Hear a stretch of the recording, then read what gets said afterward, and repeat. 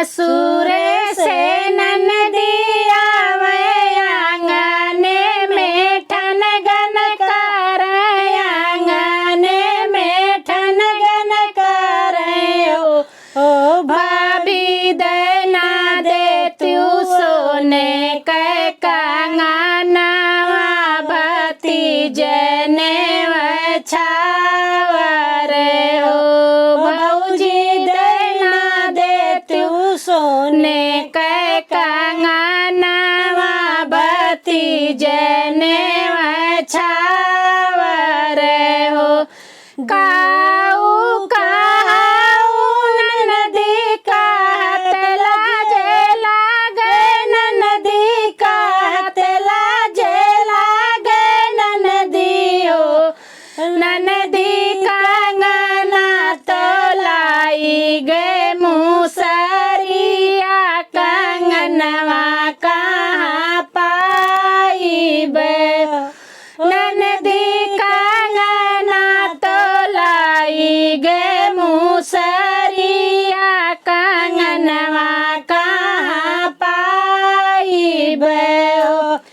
दुआरा से ससुरुआ आवे खोखत के खारत आवे खोखत के खारत आवे हो बहू देना दे तू सोने के कंगनवा बेटिए ससुर तीन बेटिए ससुर तीन हो बहू देना दे तू सोने के कंगना बहिन ससुर तीन बेटिए ससुर तीनी हो काऊ कहाऊ ससुरु कहत लजिया लागे ससुरु कहत लजिया लागे ससुरु ससुरु कंगना तो लाई गे मुसरिया कंगनवा कहाँ पाइबे हो ससुरु कंगना तो लाई गे मुसरिया कंगनवा कहाँ पाइबे हो दुआरा से जेठायावे खोखत के खारत आवे खोखत के खारत आवे हो छोटी दाई दे तू सोने के कंगनवा बहिन ससुर तीन बहिन दुलाराई तीन हो जेठाऊ ताहार मंच तोहारे लड़कन के मंच हमारे नंदोई के मंच लड़कन के फूफक मंच लड़कन के फूफक मंच हो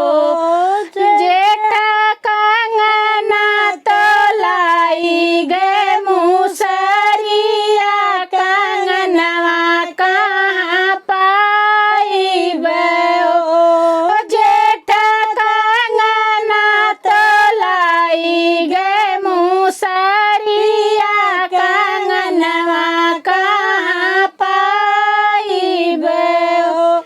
दुआरा से देवरो आवे हंसत बेहसत आवे हंसत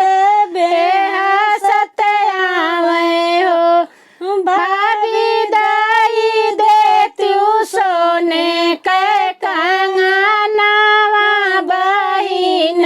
ससुर तीन बहिन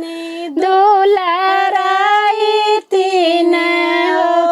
देवरा तोहार मंच तोहारे बहनोई के मंच हमारे नंदोई के मंच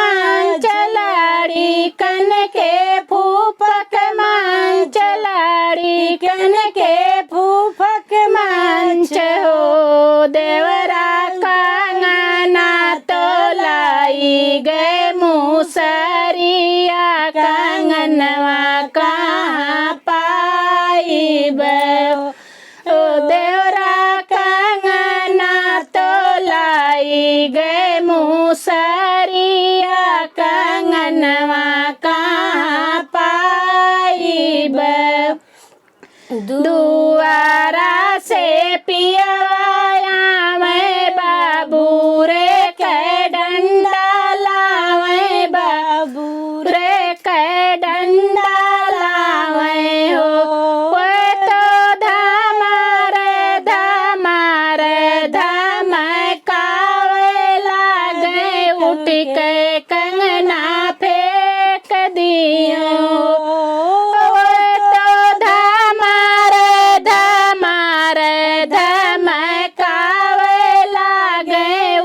के कंगना फेंक दियो एक गोड़ दुआरे रखली दूसरा ओ सारा रखली दूसरा ओ सारा रखली हो